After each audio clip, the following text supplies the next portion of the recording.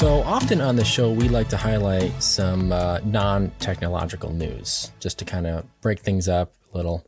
And ironically, this week, it has to do with the Ford Lightning. Okay. Many truck buyers out there were excited for the upcoming Ford Lightning, especially considering that the base price for the Pro model, which is their base trim, was near about $40,000. Okay. But since the initial announcement that Ford made back in 2021, the iconic American manufacturer has levitated that cost by a whopping $20,000, meaning that the base price for the Pro trim that enticed so many Ford faithful and truck junkies now sits at a staggering $60,000. That's like a price of most luxury model vehicles out there. So yeah. The insanely high price hike was evidently due to material costs, market factors, and supply chain constraints, or so states Model E communications director Martin Gunsberg. Okay. It feels like they would have predicted like the cost of all this, you would think. Although I guess they just didn't determine that. And maybe it's possible that because it's been 2 years since they initially released it, that prices have gone up more. I mean, that's pretty much what that's indicating. It's just insane to hear like $20,000 is like an insane amount. Yeah. I mean, that's for at least the base trim, that's like 50%. So my goodness. And trucks are already expensive to begin with. But yeah, that is true.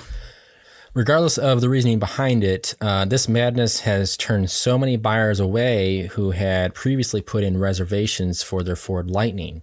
One location in particular up in Salina, Kansas, saw a drop of 30% on reservations because either the price was just so daunting or because it pushed the vehicle outside the limitations of the federal tax credit, which is $80,000. Gotcha. So if you go over that, then you lose the $7,500 tax credit.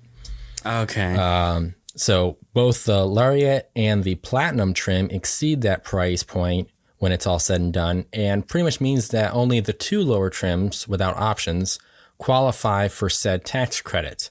The XLT with options could easily fetch over $80,000, especially if you have the long range model. So it's crazy. I mean, yeah, 20,000. I mean, that's normally EVs start at 30,000. And then, like, that's like a Tesla model almost. Rough estimate. Yeah, but like you said, that those are $30,000. luxury type cars at that price.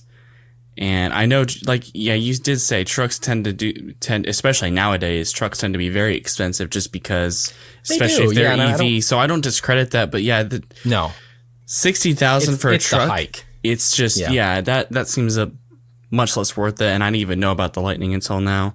So, which I'm not up to date on the car situation, stuff like that. Riley is just not as much into cars as JD is. So I'm kind of into cars. I just am not.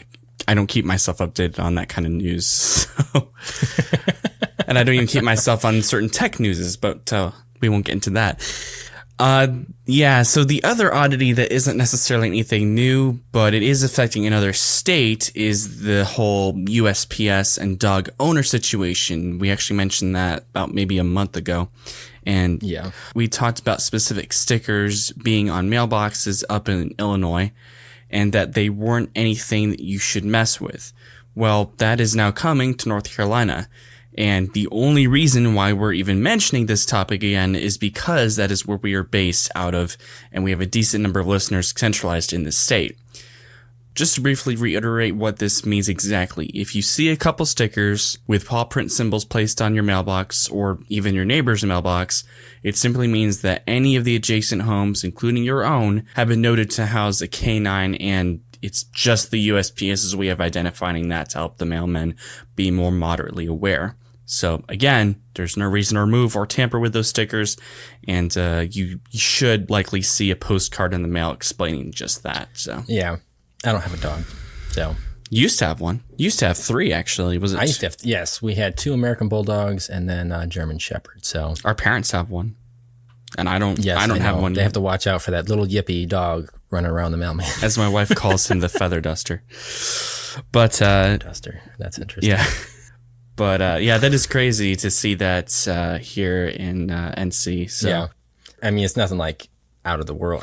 No, it's just I wasn't really expecting that to be the next state. Although I mean, you have 50. I mean, like it sounds like it's been working. Like just something to help out the mailman. Yeah. Or lady. Oh, yeah. It's a great thing to have. Honestly, I have no problem with it at all. Just to keep mailmen safe and stuff like that. So yeah. Next, we have some quick information here. We do have some links regarding the iPhone 15 lineup batteries.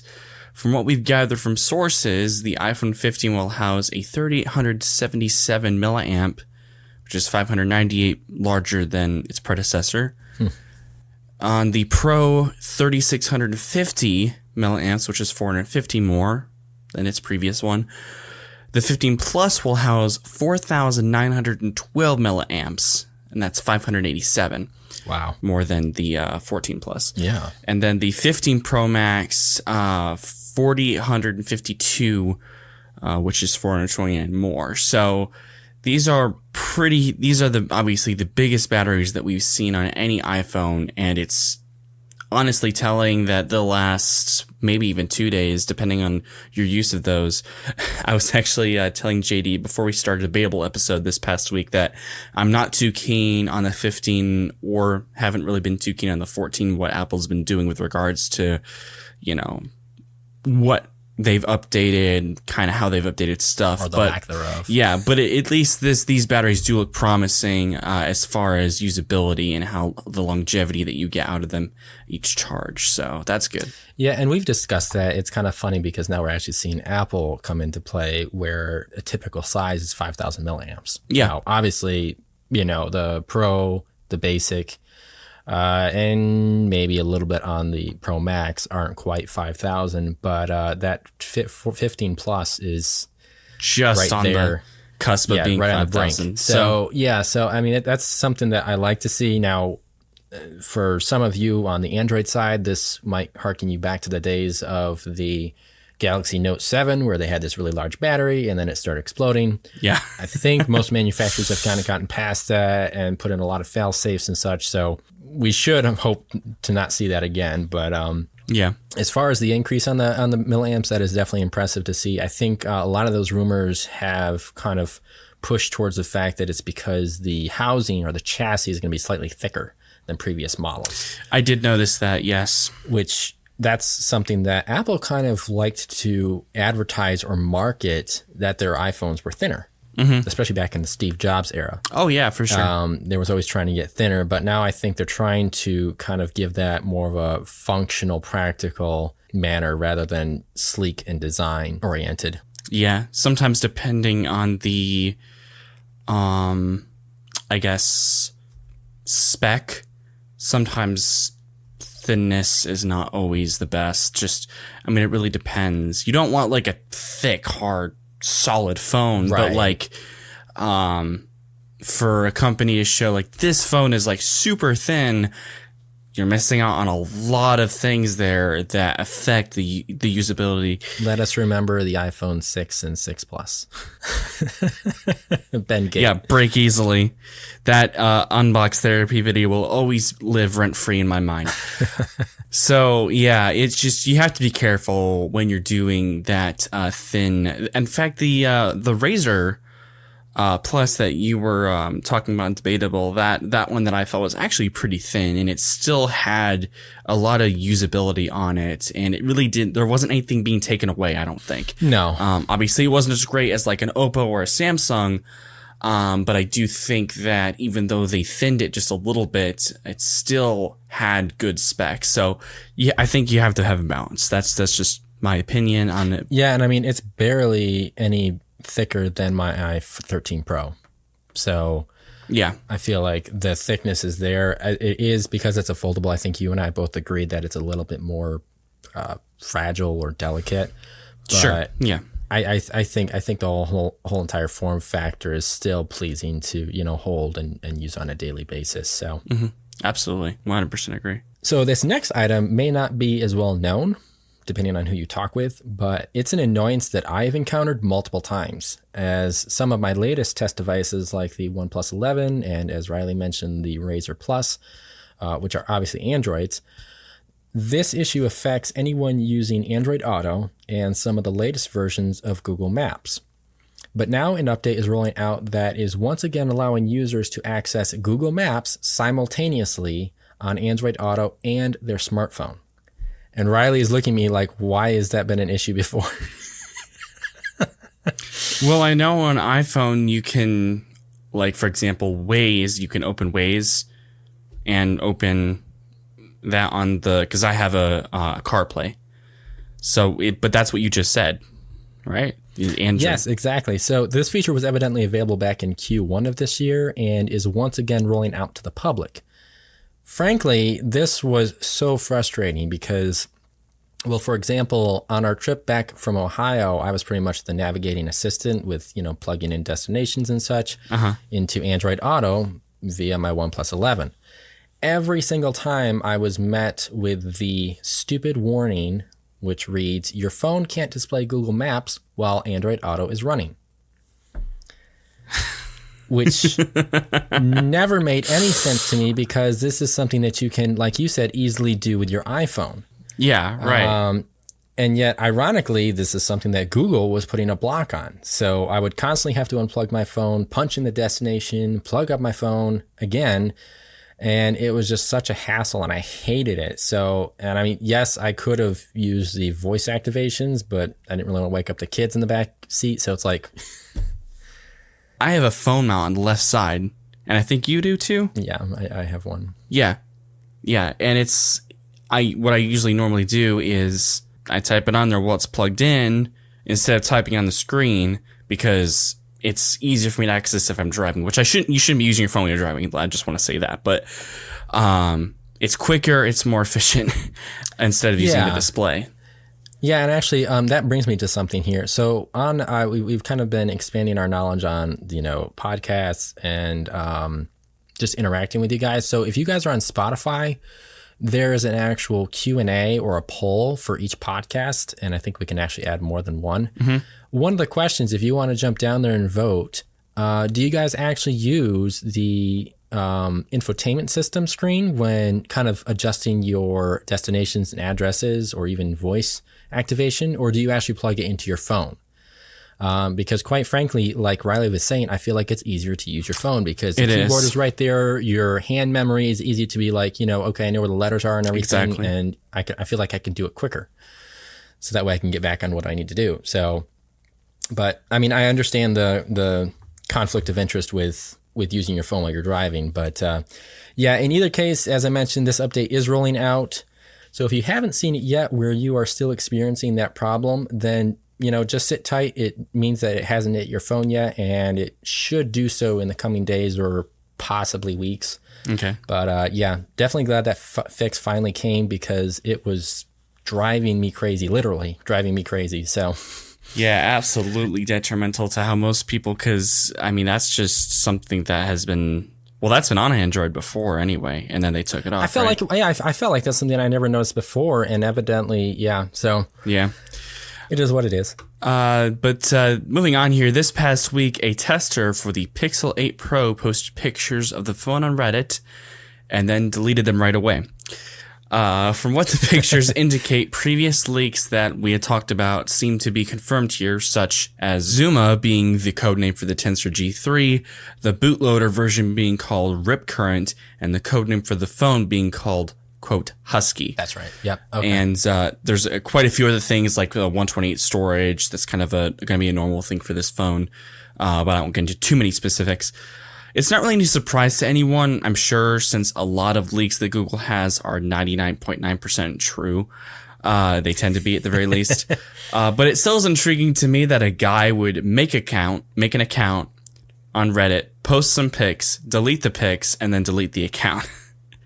I mean, he was trying to probably not break his cover or whatever on that because he probably got that from, obviously, Google with... them allowing them to have it, but it's still crazy just how that happens sometimes. But yeah, something funny about this is Riley doesn't actually know that I have quite a few specs that have leaked on the Pixel that we're going to showcase at the end of the show. So, yeah, lovely. as as far as what it looks like, I don't think there's really going to be much surprise because I think we've already talked about the fact that the rounded corners are coming, and we've seen the. I think we said this was this on the debatable episode where we were talking about like the temperature sensor?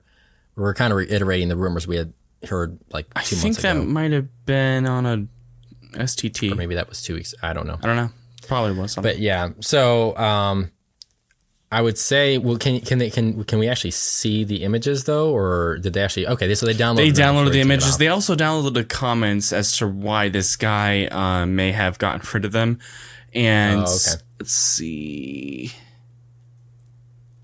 Yeah, it's a quote from Android Authority. They said something about the comments showed that the original poster didn't really think things through. They said something about probably needing to have used a throwaway account after admitting that the prototype comes from the device team in Google for testing. So he didn't want to throw his name or anything, and he was just like, "Oh, I've got it. Here it is." But he probably had to agree with the terms with Google when he got that test phone. Right. So But yeah, we do have images, and we'll actually put the links in the description so you guys can check them out. The phone itself, obviously, not a whole lot of difference than the previous one, other than it does actually show the rounded edges, and it looks pretty solid. I have no problems with it so far. So a couple items along with Apple is that we hear from the rumor ranger Mark Gurman that Apple is working on an external display that would also double as a smart home display.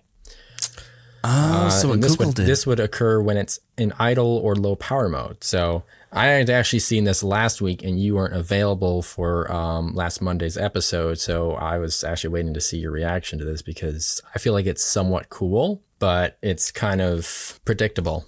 So wait, let me get this straight. So it goes into a home type of device, or what did you say? Yeah, so some have speculated that we have already seen a sneak peek at what this could include, as iOS 17 has boasted a feature known as standby mode. We could likely see this advance to a monitor on a larger scale and possibly include more info and data, being that it would have more of a home type of setting and a larger screen, so rather than just a nightstand screen. Yeah, that is kind of basic. Honestly, I wish they would also release that for the iPad, because I checked the iPad OS 17 for my wife because we tested it out, and it's not on there, obviously, and it is a little annoying because, yeah, see, that's the face I gave her. Because she was like, I want to have it next to my bed, so when I wake up, it's right there. And I was like, well, normally people don't have their iPads out and display like that. And she was like, well, it still would look good just because I would have it right there next to me. And I could just take it out, use it, and I would know the time and everything. And it would look like a bigger clock. I think there's arguments on both sides for having it on. I think there should be an option, at least. I think there should be an option, yes. I agree with what you're thinking. I can sympathize with her perspective. In the end, I can kind of see why it's not available yet. Yeah, but it's something to consider. It's debatable. I don't. Yeah,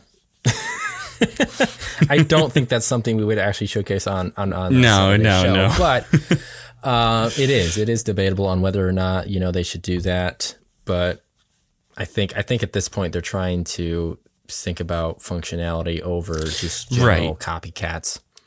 So, yeah. But the other small item that we are hearing rumors on is that the next-gen AirPods Pro could pack a temperature sensor.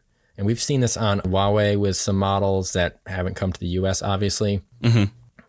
But it would kind of act as another health device, which actually in theory makes sense since the ear is more of an accurate orifice to detect the right body temperature than something like the wrist with an Apple Watch. So I actually like that idea. That'd be really cool to see. And then there's also a possibility that Apple could market the AirPods as a viable option for hearing aids. And yeah, that was my reaction too. That is good. I'm surprised they haven't done that early. I guess maybe technology wasn't there yet. But I mean, considering, yeah, well, actually, I'll actually quote this from the article here. So Gurman writes, Apple is exploring how to position and market the AirPods Pro as a hearing aid after the FDA made it easier for Americans to buy over-the-counter options last year. He reports the company recently hired engineers with experience working on traditional hearing aids as part of that initiative. So that's good. That's really good. Yeah, I mean, I was actually kind of thinking of our dad because he actually uses... I was just thinking about him, yeah. Yeah, because I know he likes to, like, he messes with the buttons and stuff on his hearing aid. I'm like...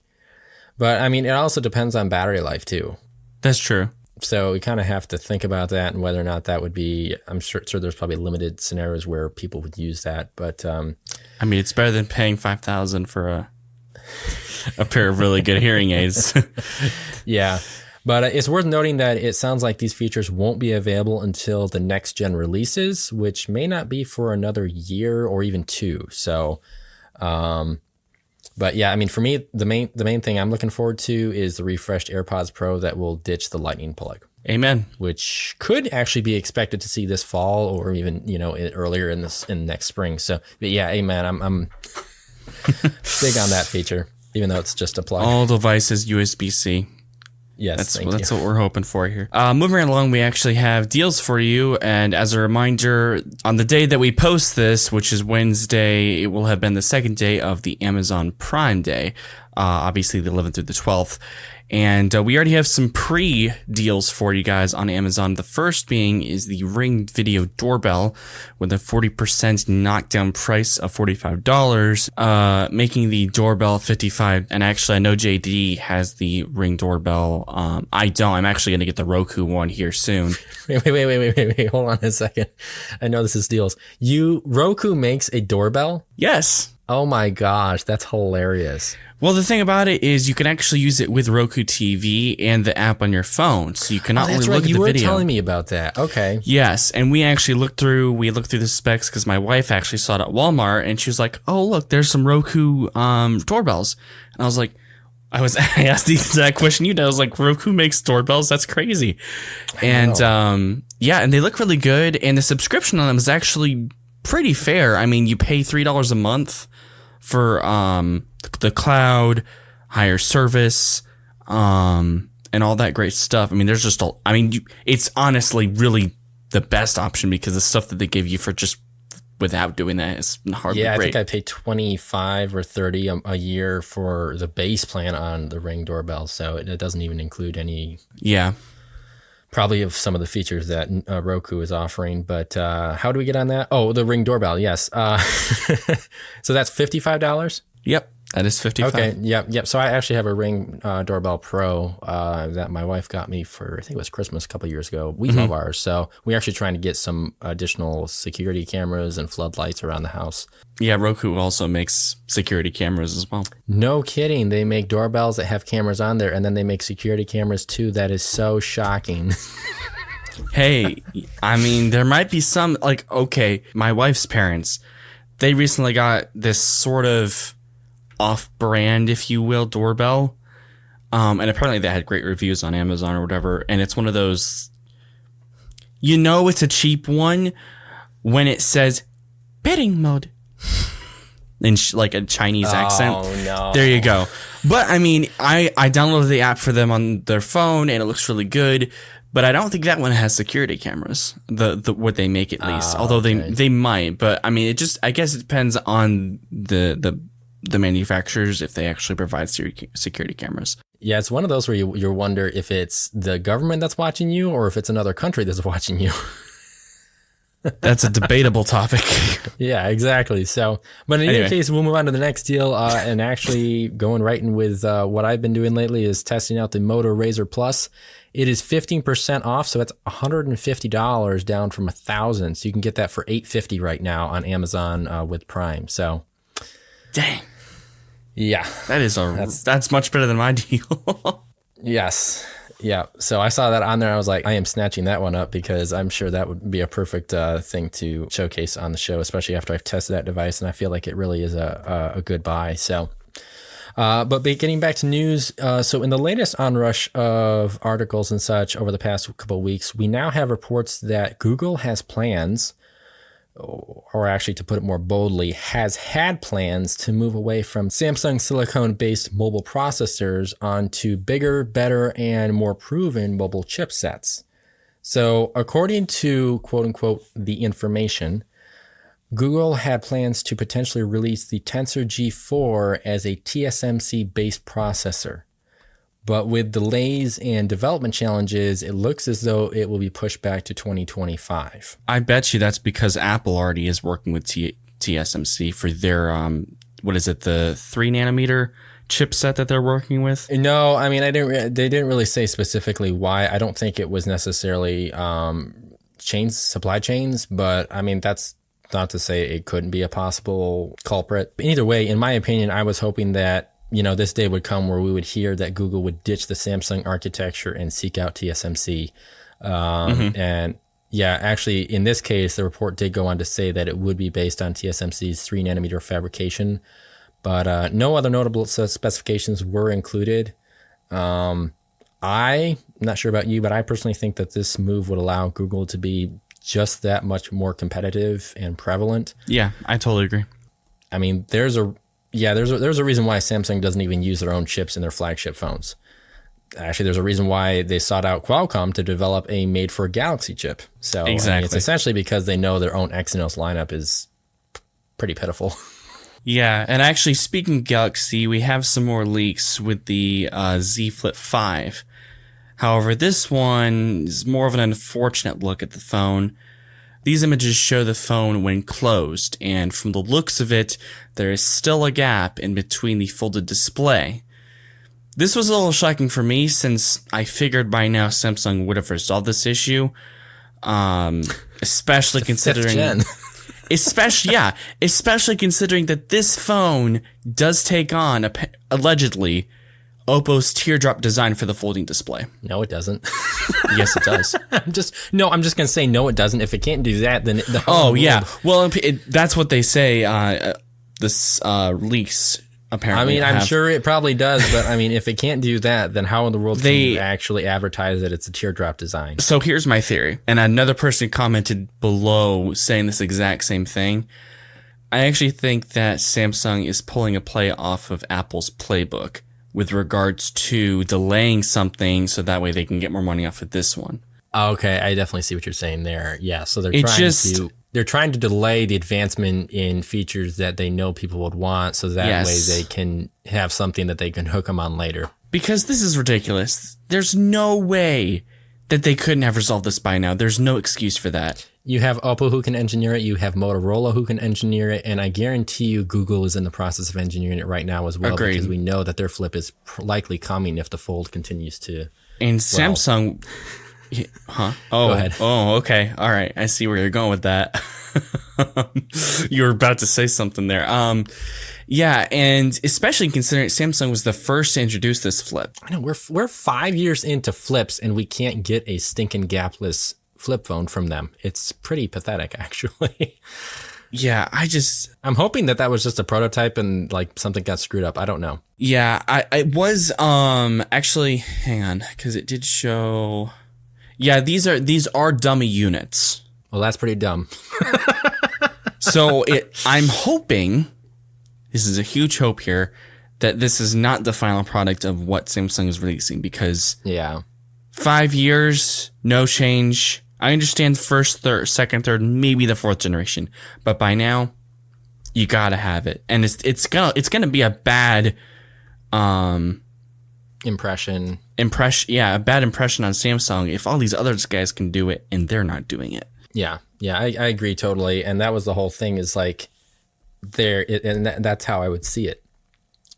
If they're going to increase the cover display and they're not going to back it up with software that competitors offer, and then they're also going to include a gap that has been pretty much nullified by other competitors as well, what's the incentive to... Exactly. Well, let's just look at it from Samsung fans to upgrade, or from other people to actually buy into the Samsung ecosystem, by buying a Z Flip. So, yeah, I'm interested Exactly. to actually see how that develops, and I hope that is a dummy unit for sure. That doesn't show what the final product is going to actually entail, but that is pretty pathetic. Was there any other specifications on that, or is it just basically showing that that's the main highlight, or I guess low light?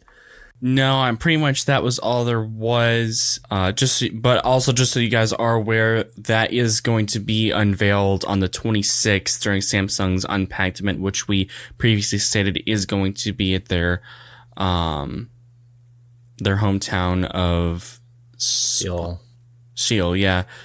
So just so you guys are update to that as well. Yeah, we're coming right around the corner, so I'm really pumped for that. Actually, there is one thing I did want to mention about this, because I don't know if you've seen any leaked images on the 5, have you? I have seen the promo images, but nothing in actually, hold on a second. Have you seen the exterior display? Yeah, oh yeah. I was going to say that, I guess perhaps I didn't make my comments on it previously, but I do like, because I'm playing devil's advocate here, obviously. I do like the design of the, not usually, I do like the design of the 2 cameras with that sort of curved indentation with the outer display. Yeah, it's got that folder factor, yeah. Yeah, pretty simple, I'd say a sleek, more modern design that just, it's impactful to the device, I think. Some people might find it a little annoying that it's a little cut out, but I mean, honestly, I feel like that's the best you can do for right now, where the camera's not directly on the display like Motorola did theirs. I feel like you got to pick your battles, and I feel like this is probably the best way you can do it. But that's just me.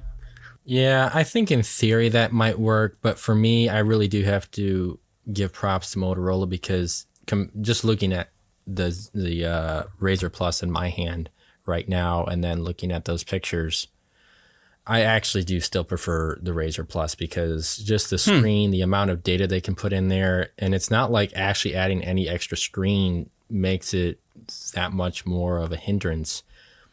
It's actually nice because I can see like the full wallpaper and stuff, and all I'm looking at is maybe some camera sensors that are blocking part of that out. But I suppose it's really, just an objective, down to preference type of thing. I can kind of see where you're coming from, though. It does have a sleekness to it.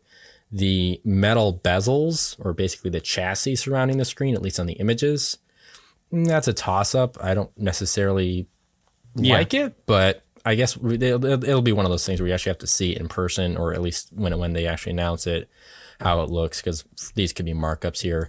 That's true. I don't know where I thought I had the promo images, but maybe that was for the Z Fold. Okay. Let me send this one to you, because this is actually technically the promo images. I think those are mock-ups. That one looks a little bit more classy. So that one, if it was based off of that picture, I could definitely see where you're going for. Previous renders, I think it also depends on the color of the chassis. I would agree. I think white probably makes it feel a lot more premium. Yeah. And like we've discussed in Debatable, black is, there's a lot of reasons not to get black anymore. Also, quickly, one other deal we did want to mention is the OnePlus 11 is actually $100 off on Amazon as well. So before it was obviously $699, now it's $599. So if you guys have been thinking about getting the 11, which I've been really wanting to get that, this would be probably the best time to get it during this year. So, and just as a heads up, I did not tell Riley to put that on the show. He just happened to find it. So, in either case, we do have some more information about the fall release for Google, which I am excited about, despite the fact that it's still going to be a Samsung-based chipset. But the first thing we have is the battery sizes should see a small increase. So the Pixel 8 Pro will rise from 4,926 to 4,950. So 24 milliamps, nothing super crazy to jump at. It's actually the base Pixel 8, which gets a little bit more noticeable upgrade. So that's 4,270 up to 4,485, which averages out to about 5% increase right there. So, I mean, that's kind of nice, because at least if you're not going for the Pro, you kind of have that incentive that, okay, well, this one has a battery. Yeah, you're not necessarily losing something that would be valuable to you, like that battery. Right, exactly, yeah. Yep. And then actually right in association with that, the charging speeds are also expected to see a bump of 4 watts. So the Pixel 8 will jump from 20 to 24 watts, and then the Pixel 8 Pro will rise from 23 to 27 watts.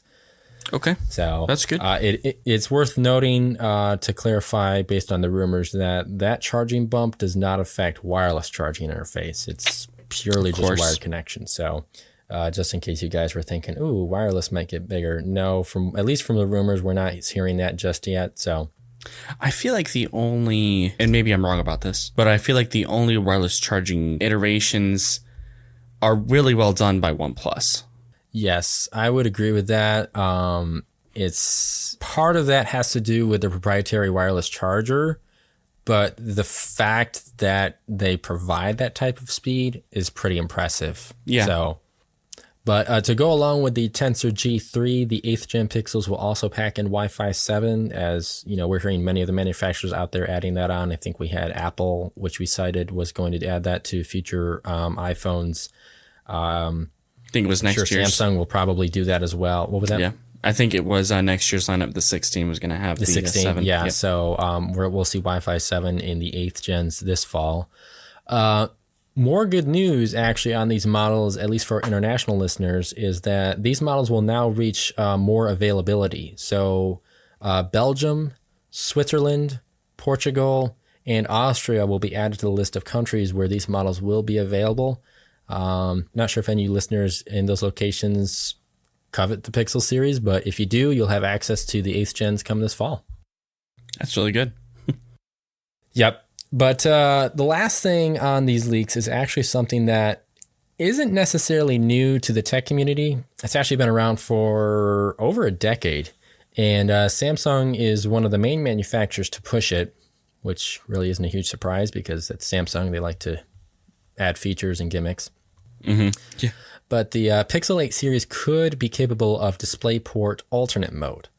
Now, in layman's terms, this would be a similar addition to Samsung's DeX that pretty much allows you to plug up a Thunderbolt cable from your Samsung device to an external monitor and give you the capability to utilize the phone in a desktop manner on said monitor. But that said, the feature is something that Google is working on to add to the models for this fall release. Now, we don't have specifics on whether it will be both models or if it will just be the 8 Pro. Technically, that kind of sounds like a Pro feature. I'm thinking, yeah. We also do have to remember that Google isn't as stingy as Apple, so that's kind of up in the air. It's true. I don't feel like adding that feature is affecting the cost of it, but at least on a larger scale, but it kind of depends. So in either case, I am really liking what I'm hearing from Google. I do wish that TSMC Tensor chip was coming sooner than later, but you know, Pixel 10, 10 Pro, it'll eventually get here. Yeah, for sure. Really excited to see what Google is bringing to the table. And as far as I can tell, this year is going to be really great for them. At least it gives me something to be excited for 2025. 2024 will be the iPhone 16 Ultra. 2025 will be when we see Google get their own Tensor chip that's based on TSMC's fabrication. So yeah, we got some things coming up. And again, like Riley said, that we've got the Samsung Unpacked event here at the end of the month. So ordinarily, this is where the episode would end, but we had some extra news come about here on Tuesday. And unfortunately, Riley had some other things to do as I was recording this, so he wasn't able to put in some of his input and thoughts on this. But I'm sure he probably will have something to say on Saturday for our debatable episode. But in theory, these would act as two capstones to close out this episode. One of which was Carl Pei announcing the Nothing Phone 2. And we don't normally do this where we record on additional information the following day, but I felt like this was pretty pertinent and couldn't be omitted from the episode. So, but the Nothing Phone 2, we had Carl Pei mention on Twitter, I think it was a month or possibly 2 months ago, that it would actually sport the Snapdragon 8 Plus Gen 1, which is actually last year's processor, but it is a refined or modified version of it that helps with efficiency and such. So, plus, it'll definitely see a boosted performance over, I believe it was the 7 series that was on the Nothing Phone 1. And then as far as the camera, we did notice a little bit of a boost there. The ultra wide still has a 50 megapixel sensor, and so does the main, but the main sensor will actually have the Sony IMX 890. So that'll definitely pump out some better images and quality as far as that goes. And the front facing camera also saw a little bit of a boost from 16 megapixels up to 32 megapixels. And then I think the main thing that I feel like everyone is actually honing in on is the whole entire glyphs. So on the previous model, we actually had 5 different light zones, I guess you could call them. And they would pretty much act as, just your average notification indicator. But now we've got up to 11 different light zones, and one can actually be assigned to the use of a primary, or what they're calling essential notification, where if you assign it to an app or maybe even a contact, and you get a notification from that app, or that contact sends a message or whatever, or an email, that light will turn on and stay turned on until you open up the phone and read it, or check the actual application. So that one is probably the most impressive for me, because it's actually something we used to have on older Androids. And you really don't notice it that much on newer models, but there used to be like a little tiny LED light on the top of the phone or wherever on the front that would kind of glow. I think on my Note 4 it was green when there was a notification. Now in this case, like I was saying, you can actually assign it to whatever application or contact you want it to be, which I feel like is even more of an importance, because it's not just letting you know, oh, you got like 60 notifications on your phone. It's actually letting you know what you want to see, or if that, notification is available. So the other light zone that is pretty practical encompasses 16 individual lights, and they will slowly turn off, and that will actually act more as like a timer, or in some cases it will work for applications like deliveries or Uber. And so as the light slowly, dims down or gets smaller, it'll indicate how close that Uber driver is to you, or the delivery, or how, close you are to the end of the timer. So I wouldn't say that this is like the most coolest thing ever, but I will say that it does act on a level of functionality and practicality that we could all use. I just wouldn't necessarily think that, okay, this is the reason to buy this phone. I feel like Carl Pei is trying to, well, on one hand, he even states that this is supposed to help you with kind of not getting sucked into your phone so much. So if you leave your phone turned face down and you're just seeing those LED indicators, like I said, if that essential light is turned on, then okay, this is what I want to check, and that's all I'm really interested in. Versus, opening up one app and checking notifications, and then you get sucked into something else. And then before you know it, 45 minutes goes by and you're like, what did I just do? So there's that aspect to it. But I also feel like he's coming at a different angle to make this phone be a little bit more enticing. And it is somewhat of a unique phone, especially from the design standpoint. Most phones out there aren't like transparent on the back or whatever. I enjoy actually seeing more of a unique feel in the inner workings and such, which, you could obviously put a case on or debrand the skin on the back. But in other specifications, we also have a bump in battery. So instead of 4,500 milliamps, we now have 47. So you get 200 more milliamps on the phone too, which really makes for a great duo when you combine the Snapdragon Plus 8 Gen 1 with, 200 more milliamps inside the battery. So I'm really expecting a good experience with this when it comes to all-day battery life, or day and a half, or maybe 2 days, depending on if it's like light to medium use. And then as far as the screen goes, you'll have a 6.7-inch LTPO 1080 by 2412 120 hertz display, and which will allow you to actually drop down to 1 hertz if needed to save on battery. But at least you know that you can get a higher refresh rate than, let's say, the Pixel 7a, which caps out at 90 hertz. So, but with that, we'll end this topic on the storage sizes and then obviously the pricing. So You'll start off with 8 gigs of RAM, 128 gigs of storage. That'll fetch $600. And then 12 gigs of RAM and 256 will fetch $700. And currently that is on discount through their website for $650. So that won't always be the case. And then the highest one you can get is 12 gigs of RAM that caps out at 512 gigs of storage. And that is originally $800, currently on sale for $750. And it comes in two basic colors, your standard white and more of a, I want to say like a storm gray or slate. The biggest news that's coming as far as this phone is that it will be now available in the US. So you can obviously use it on most of the major carriers out there. And for me, I've already put my pre-order in, and I'm hoping to have quite a good experience with this phone. I've always been a big fan of Carl Pei, even back when he started OnePlus. So I haven't had a chance to actually get on the Nothing Phone 1 just because there was so much limitation to it trying to get it in this country. But now that we've got the Nothing Phone 2 that actually has a designated place in the US, I really am excited to test this out and definitely give my feedback on it as well. But as you can kind of tell from the pricing, this is really starting to approach, the entry-level flagship phones. If you look at the iPhone, that's $800. If you look at the S23, that's also $800. And then the Pixel 7 is priced at $600. Actually, it's currently on sale for $500.